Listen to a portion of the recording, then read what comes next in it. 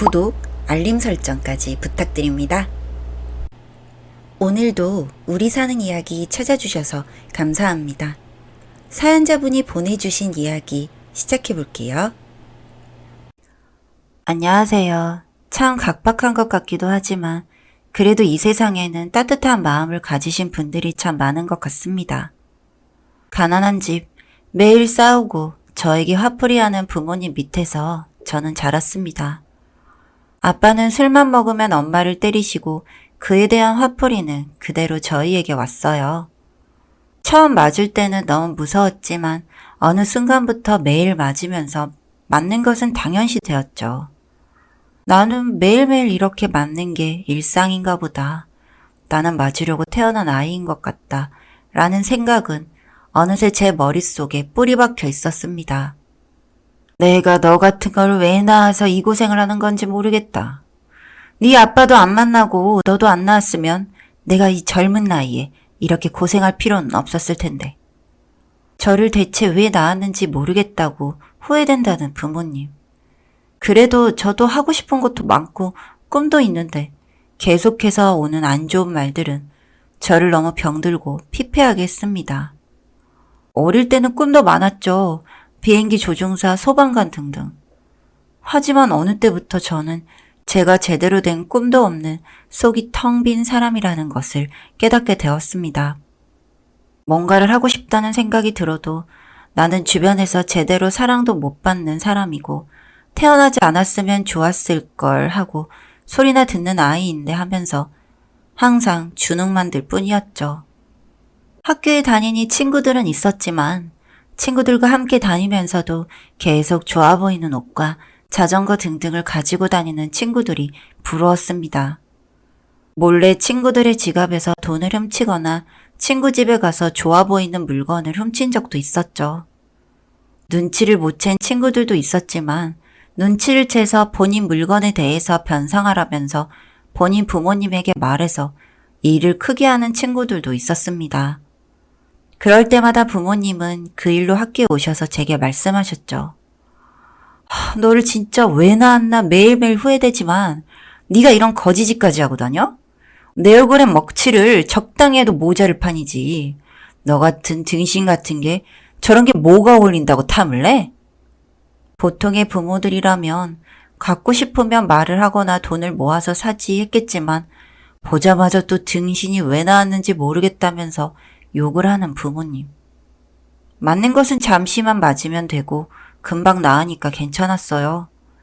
하지만 거친 말들은 제 마음속에 차디찬 얼음 조각이 되어 꽂혀서 좀처럼 녹지 않았습니다. 얼음 조각이 찔린 심장에서는 계속해서 차디찬 붉은 피가 흘러나왔죠.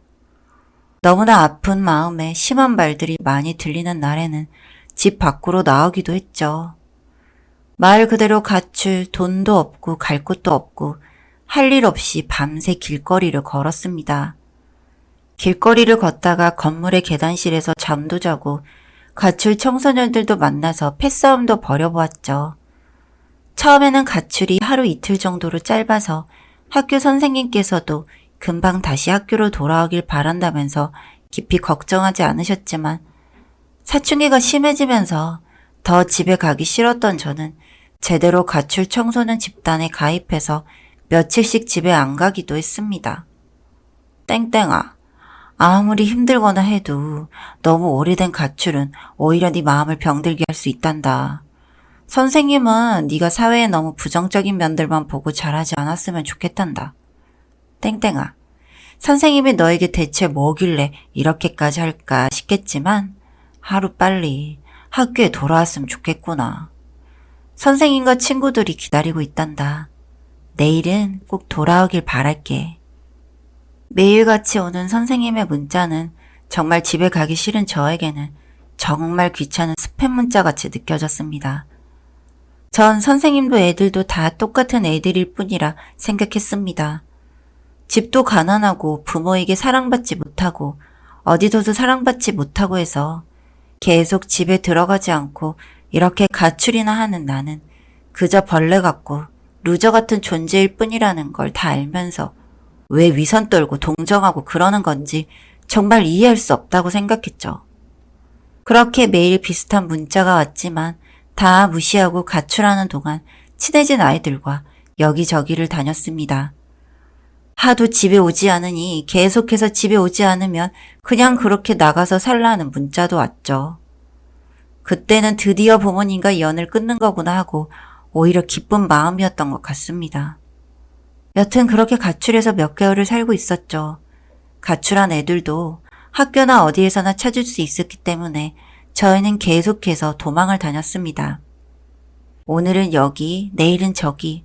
하지만 그러다가 어느 날 저는 저를 찾으러 왔다는 사람이 있다는 소리를 듣게 되었어요. 땡땡아, 너를 찾는다는 사람이 왔어. 혹시 우리까지 위험할 수 있으니까 우리는 빨리 이사하려고 해. 너는 저분 한번 만나보고 따라갈 건지 아니면 우리랑 같이 갈 건지 말해줘. 혹시 모르니까. 그동안 즐거웠어. 미리 인사할게. 아쉽게 될 수도 있는 상황. 친구들에게 미리 인사를 하고 저를 찾는 분이 있다는 곳으로 갔습니다. 혹시 부모님이 날 찾으러 온 건가? 아니면 선생님일까?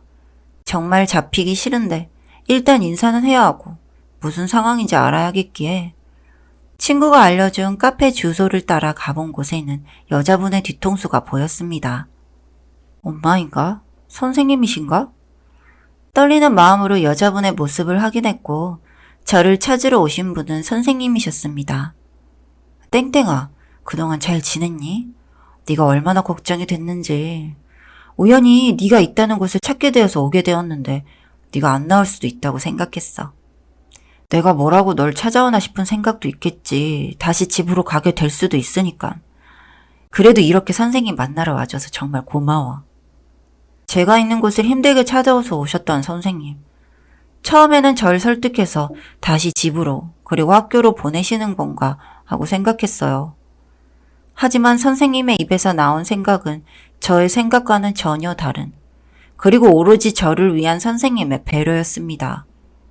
네가 다시 집에 그리고 다니던 학교에 가기 싫다는 거 잘 알아. 그래서 너를 어떻게 하면 집에서도 보호해주고 전에 다니던 학교로 갈 수 없게 할지 곰곰이 생각해봤어. 그리고 그러던 중에 선생님 부모님께서 너를 보살펴주겠다고 하셨어. 여기와는 많이 떨어진 시골이고 아마도 전학을 갈 수 있을 거야. 일단 선생님과 함께 선생님 부모님이 계신 쪽으로 가자. 선생님이 이제는 전혀 걱정 안 하고 살 수 있게 도와줄게. 너무나도 따뜻한 선생님의 제안. 순간 이제 친구들과 헤어져야 해서 고민도 되었지만 그보다는 따뜻한 누군가의 손길과 다시 펼쳐볼 수 있을 꿈에 대한 갈망이 컸습니다. 저는 선생님의 손을 잡고 선생님 부모님이 계시다는 집에 갔어요. 안녕, 네가 땡땡이구나. 말 많이 들었다. 이렇게 어린 아이에게 그런 험한 말이랑 손짓을 매일 했다니. 그 어린 나이에 얼마나 고생이 많았을꼬. 그저 저에 대한 동정으로 이러시는 것 같았던 선생님의 부모님은 그저 저에 대한 관심과 사랑으로 절 키워주셨습니다. 고생했던 아이, 불쌍한 아이가 아닌 그저 하나의 어리기 때문에 보살핌을 받아야 하는 아이로 돌봐주셨어요. 선생님 부모님 댁에서 저는 제가 가출했던 시간 동안 너무나도 바랬던 사랑과 따뜻한 온기를 느낄 수 있었습니다. 덕분에 다시 학교에 다니면서 꿈도 펼칠 수 있었죠. 제게 할머니, 할아버지가 되어주신 선생님의 부모님을 위해서 공부도 조금씩 해보았어요. 아무래도 가출하는 시간 동안 매일 놀고 한 게 몸에 배어서 처음에는 공부가 많이 쉽지 않았습니다. 하지만 성적이 조금 떨어져도 조금밖에 오르지 않아도 옆에서 격려해 주시는 할머니, 할아버지 덕분에 저는 용기를 내고 더 공부할 수 있었어요. 더 열심히 해보라면서 없는 형편에도 돈을 긁어 모아서 학원에도 보내주셨던 할머니와 할아버지. 그 감사함에 보답하리라 정말 성실히 살려고 노력했죠. 그래서 정말 추웠던 고3 겨울 똑딱똑딱 계속해서 가는 시계 소리도 정말 신경 쓰이고 모든 것이 예민했던 날. 마침내 시계바늘이 발표 시간에 멈추었고 떨리는 마음으로 수험번호와 정보를 입력했습니다. 버튼을 누르는 손가락 하나하나 너무나도 떨렸죠. 제발 합격해야 할 텐데. 할머니, 할아버지와의 더 큰 행복을 위해서 걸어온 지난 시간들. 버튼을 누르고 너무나도 무서운 마음에 질끈 감았던 눈을 용기 내서 떴고, 결과는 합격이었어요. 합격이라는 문구를 보자마자 저는 그동안 꾹 참았던 눈물을 터뜨렸습니다. 집에서 매일 부모님에게 맞던 순간, 가출하는 동안에도 언제까지 도망도 다니고 해야 하냐고 하고 힘들었던 모든 순간들이 생각나더군요. 그렇게 할머니, 할아버지와 부둥켜 안고 몇 시간을 울었던지. 대학에 가서도 큰 부담을 들이지 않게 열심히 공부했습니다. 그런 결과 저는 이제 이대를 졸업하고 이사가 되기 위한 과정들을 밟아 나가는 과정 앞에 서 있습니다. 아직 많이 남은 세월들이지만 저의 은사님, 그리고 은사님의 부모님이 아니었다면 미약했던 제 꿈들도 펼쳐볼 기회가 없었겠죠. 그리고 아직까지도 부모님과는 등지고 살아가고 있습니다. 정말 제 친부모가 맞나 하는 생각이 들 정도로 그분들은 너무 이기적이셨거든요. 돌봐주실 때는 계속해 모른 척 하더니 선생님께 제가 의대에 합격했다는 소식을 듣고 나서부터는 저에게 와서 다정한 척 이런저런 이야기를 건네오는데 어찌나 역겨웠던죠. 그 사람들이 하는 모든 짓들이 다 구역질이 올라와서 참을 수가 없었고 그들에게 제 마음을 있는 그대로 내보였더니 역시나 지 벌은 난 못 주고 저에게 또 손찌검을 해오더군요. 그 자리에 계시던 할머니 할아버지가 너무 화가 나셨던지 그 길로 그분들을 쫓아내셨고 다시는 절 보러 올 생각은 말라며 소금을 뿌리셨습니다. 아직까지도 잘난 내 자식을 니들이 가로채놓고 어디서 행패냐며 소리 지르던 그 인간들이 잊혀지지가 않네요. 전 그런 사람들에게 아마도 다시 돌아갈 일이 없을 것입니다. 모르겠네요. 죽었다는 소식이나 들려온다면 제 마음이 움직여줄지 모르겠습니다. 그리고 저는 앞으로도 저에게 새 인생을 살게 해주신 할아버지, 할머니, 그리고 선생님께 효도하며 그렇게 살아가려고 합니다. 모든 분들이 꽃길만 걸어가실 수 있게 그렇게 하려고요.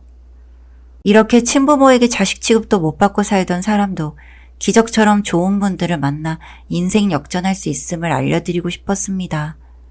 희망이 되었으면 하는 마음에서도 제 이야기 들어주셔서 감사합니다. 사연은 여기까지였고요. 우리 사는 이야기 시청해주셔서 감사합니다.